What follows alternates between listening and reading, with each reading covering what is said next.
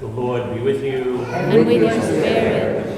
A reading from the Holy Gospel according to Mark. Glory to you, O Lord. The words of the Gospel this day be on our minds, from our lips, and in our hearts.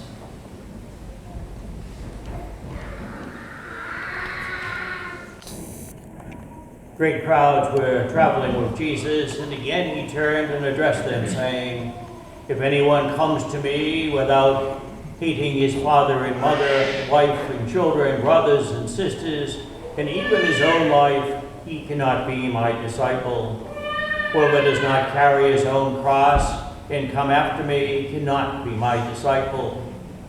Which of you, wishing to construct a tower, does not first sit down and calculate the cost to see if he has enough for its completion?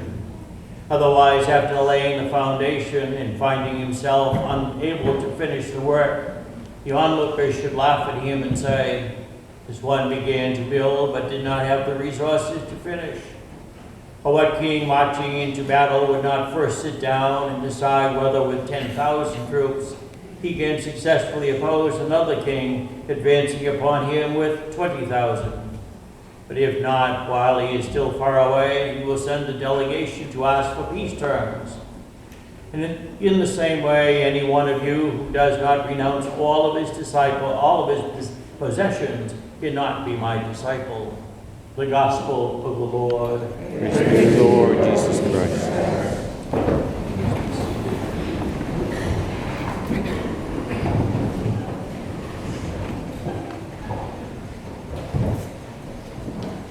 Sorry about my hesitations there. While I was seated at the presider's chair, I was looking directly into the sun glare that came off of some windshield, and I actually got a little bit, I still got, the glare in my eyes. Having a little difficulty seeing. But you're all out there, and it's a comfortable crowd, and it's always nice. I see we have a camera there in front. I'm always afraid of cameras. Down in Hudson this summer, after I'd been there several weeks, somebody said to me, "Oh yeah, I heard your sermon this morning, Father, from last weekend when we couldn't be here." And I said, "Huh?" On the website, they had them all, so it's a good thing I didn't say anything particularly egregious that day. Today we have kind of a disjointed gospel. So like the fact that all sermons aren't great, all pericopes in the scriptures aren't great either. But what the Lord is trying to emphasize today to these very simple people is again speaking about the possible cost of discipleship, the possible cost of following him. And he tells us that the essential element of Christian discipleship is continued commitment both to his message and to his mission. Nothing, he says, and no person should be allowed to come between the disciple and his commitment to the faith. All else needs to take second place. Jesus reminds his followers, and again reminds us today, that this is the price that we have to be willing to pay if we're going to follow him with truly sincere and dedicated hearts. Now for you and I, here and now today, being a follower of Jesus demands the same kind of response, the same willingness to endure rejection and misunderstanding for the sake of the gospel. And I think that's particularly applicable in the state of the church today, where the church is encountering great difficulties. Jesus asks us to commit ourselves to him and to his message without considering the price, without fearing the cost.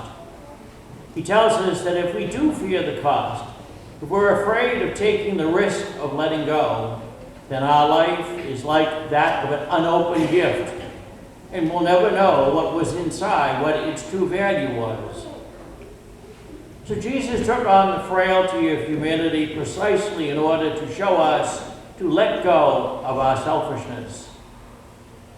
Too many of Jesus' words might seem to be too harsh, too demanding, too pessimistic, and that is certainly true in the anti-Catholicism that we find today so often. Yet I think that he goes to such extremes in order to make us realize that for each one of us, that our commitment to him must be an ongoing commitment.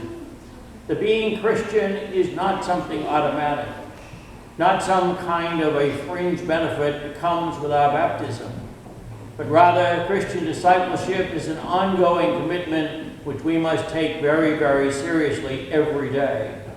It's a continuing challenge, a continuing demanding a response throughout our lives. Each day we're asked to answer again that same critical question in our daily lives. Are we willing to pay the cost for following the Lord? By the way that we live our lives, the example we set, and the words that we say. In the name of the Father, and of the Son, and of the Holy Spirit. Amen.